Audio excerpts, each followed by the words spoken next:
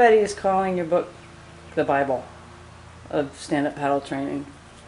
Does that, how does that make you feel? That has not quite registered yet, I guess, and I'm so thankful. You know, it's quite a remarkable feeling to be an author, one of my biggest dreams, and to have that kind of response from our paddling community has really, really been, I just can't put words to it. I'm very thankful, and if I can help people, I'm not sure we have to get religious about it, but we are religious about our sport that we love, and I guess it has something for everyone. So thank you everybody out there who assumes that, and I know our dear friend John, who's quite an athlete, made some wonderful comments, so thank you. I'm very stoked, thank you. What was the inspiration? Well, it's funny you asked that. I've always wanted to write, and it wasn't the first book that I was actually starting. And so many people have said, Suzie, you know, why don't you write a book? And I said, when am I going to have the time to write a book? Between training and paddling and, you know, writing all these blog posts, I thought, I know I have enough material, and I just got to put it together. But the task of writing a book, for anybody that has done it or is thinking about it, it's a little overwhelming, especially if it's not your world.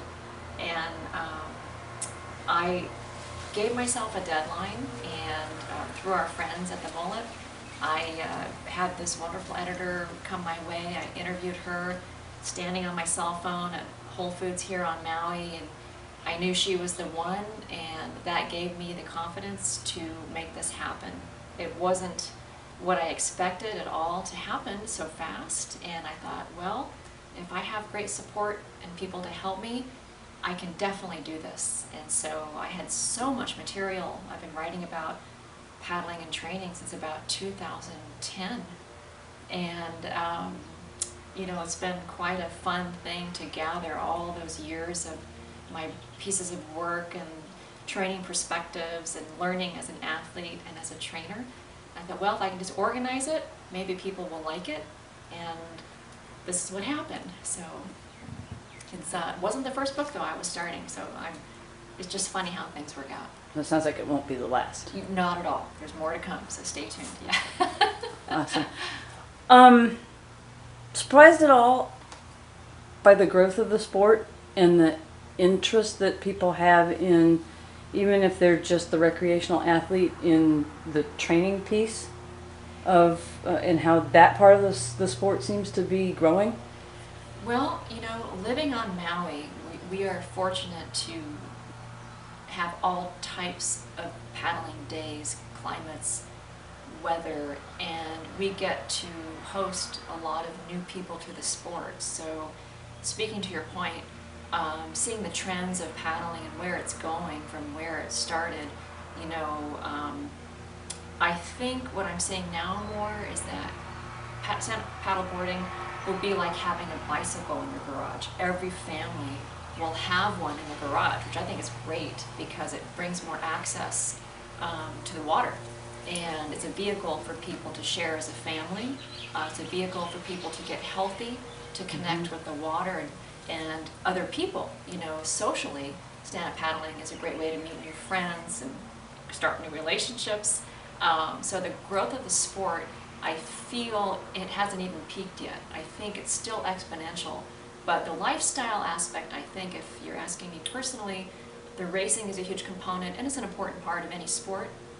That's evolving, but I think the masses will still be the lifestyle trend that we're seeing, where people are connecting across the world. They're, you know, uniting through a sport that just kind of started not that long ago, and it's just wild to meet new friends and share the stove no matter what level of paddler you are. So I'm hoping it continues to do that. That's a consistent theme, whether you're here on Maui, you know, talking to other people, and it's all about having fun, and you know, we want to have fun, and that happens West Coast, East Coast, and in the Midwest. Everybody talks. Yeah. It is contagious in a way that doesn't seem to be found in other sports. Do you think that's... I think you hit it right on the nail right there. Certain sports are definitely solo. You know, other sports aren't as welcoming. They can be more territorial, you know, and I'm kind of referencing surfing, you know. Surfing is kind of a lone wolf sport. People don't like to share their secret spot, the lineup. It's a little different vibe. I understand it, I respect it, I get it, and I try to educate everybody I know who wants to think about paddle surfing. But in general, it's a sport like windsurfing used to be for me. The camaraderie is just amazing, and no matter what level you are, I see people in parking lots sharing leashes, they're talking story, maybe hooking up for dinner, inviting their friends, hey, try this sport, or hey, what are you doing this weekend? You know, it's just so cool to have a sport where everybody can feel like they belong. It seems like that. It's kind of a big, happy club that welcomes everybody, no matter what level you are, and no matter how good you are. I've seen so many pros and recreational warriors on the weekend just be able to hang with each other and share their stoke and their experiences, and I don't know many other sports like that. Even in the racing scenarios, it's still that way. Yeah, which is, I think, I hope it stays that way. I think that, yeah, it's pretty unique to see that, you know, surrounded by a lot of these top athletes here on Maui every day, and they still have that sense of wanting to share. And, you know, it's sure on a big wave at Jaws, it takes a little bit of ego, I think, to keep you on the water, but not in a way that is like, oh, it's all about me, you know, it's all about us. Right. And that's really fun to be a part of that. If you could pass on one tip to the person who maybe has been looking at that board at Costco or wherever it is, and is, yeah, I know, shouldn't have said that. It's like buying a bike at Walmart. No. One tip for somebody who's maybe tried it somewhere and is thinking about getting their own board, and maybe they are in a place where there are challenges like weather or water conditions. Your best tip? Best tip. Well, ask your friends what, you know, each region in the world has their own style of paddling. So whether you're going to be hanging out with your friends on the weekend, keeping it real simple, try as many boards as you can. I think it would serve you really well to maybe try a friend's board out or go rent one and just see what appeals to you. But keep in mind that it's just amazing how any board you might try, you get good really fast. So you might end up with a board and a month later you're like, oh man, I wish I would have gotten that board, because you do get good pretty quickly. You might end up, you know, with a whole bunch of boards, which I'm grateful for. But you know, all of us gear hounds. But beginners, try, feel, rent, explore. My biggest tip. Okay. Another question I wanted to ask you. There seems to be a lot of debate right now amongst some of the gurus about paddle stroke and protecting shoulders.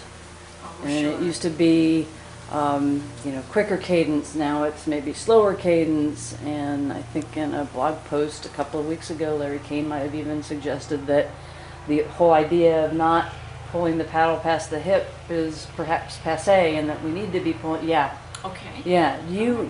Keeping the arms, shoulders, elbows healthy. What are your thoughts? Well, besides of wishing I could inject a little WD-40 into myself, I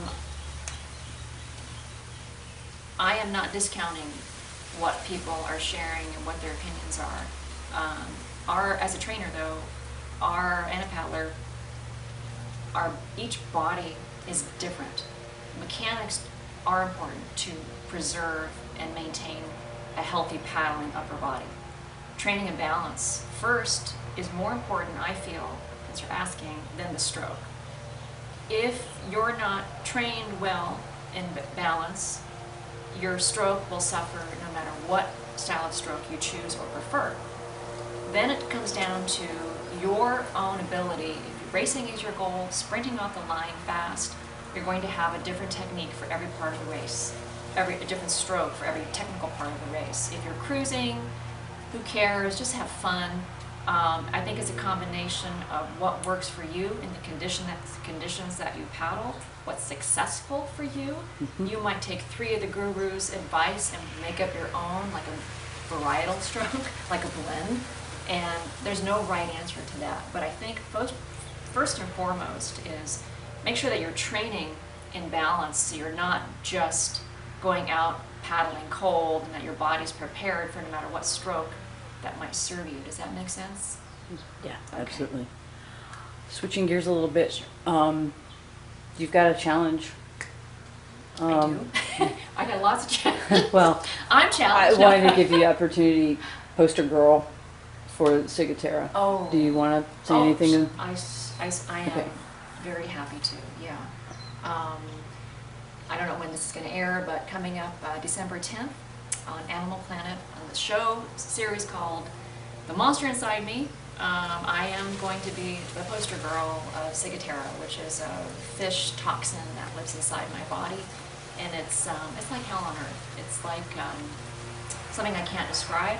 And so this series, or it's a one-show thing that came out to Maui in May, and I was really in a lot of pain that day, and we did some paddling shots, and it's not a sexy, glamorous interview. It's the real life that I live with this condition. It's a toxin in my body that doesn't feel good when I exercise, I'm out in the sun, or if I'm paddling, but I can't let it win. And my desire to do this program is to help other people that might be suffering, that doctors don't know much about it. They think it's multiple sclerosis at first. It was misdiagnosed often in the first year. The pain is debilitating. If I paddle on a weekend, I know I'm going to pay for it just by being in the sun. The sun triggers the toxin in my body, and it burns everything on me at all times. And it's hard to look past the pain literally because it's even in my eyes. And I just want to tell people out there that if you're suffering from a chronic illness, that you can't let it win. And I'm hoping that I can serve as some inspiration for people that are really hurting in other ways in their life. You know, that if I can do it, please be strong and get some help, get support.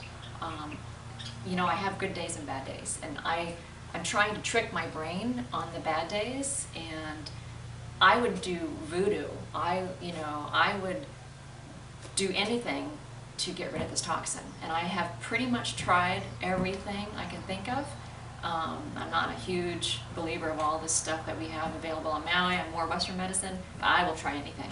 So my message to the people in this documentary is to educate people, educate their physicians, that be careful of your fish source, know it. I got mine, we think, from shrimp. It's pretty scary.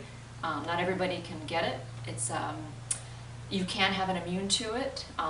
If you do receive the Suzie Trains, there are 29 symptoms, and I have probably the worst case in the country, if not the world, and that's why they found me. So it's one of these things that if you see me, you know, it's like, don't judge a book by its cover. You think everything might be great and cool, like, oh, what a life, but what a life it would be if I could be pain-free. Like, what kind of athlete would I be? Could I paddle faster? Could I do better in my competition? But I don't mind being a conduit to help other people. But that's just it. I mean, you might not be, you know, the better athlete or whatever, but, you know, I've spent some time with you and would never know. And that strength is, dare I say it, but it's like, Annabelle Anderson times 20. Oh, jeez. I mean, Now she's gonna beat me up. No, No, I love Annabelle. no, I love I- Annabelle. No, I mean hear it's what you're saying. it's a different kind of strength, and what a testimony to the whole. You know, you can't quit, No. or you don't get back on the boat. when I you hear want Dave to. Colombo's voice back there saying, you can't give up, you can't quit, for other reasons, and you're so right. It's, I don't know, I've been born, I think, and I'm grateful for my hardships, so that's how I think about it. Like, okay, it's one more stripe I get to wear as a warrior in life. And that was the first book that I was writing about, actually, that will be coming out, I don't know when, don't put me on a deadline right now. But I'm excited to share my story, to help other people. Part of my message and what I do is to help people find their own strength. I just give them the opportunity to do so. And we're stronger than you think. We can adapt better than we think. You know, we tend to get really comfortable being too comfortable. And I think you grow more when you're managing hardships. And, you know, I just wish people the best. And your health is your wealth. Anything else you want to add? Well, I've enjoyed having a great time with you as well. And you're just a real jewel to us in the paddling community and as friends. And if anybody gets to Maui anytime soon, I can give you a signed copy of my book. It brings me so much joy. I can't tell you what a rush that is. And please hurry back. You know, our ohana is your ohana, and we love you lots, and we love the mullet. So.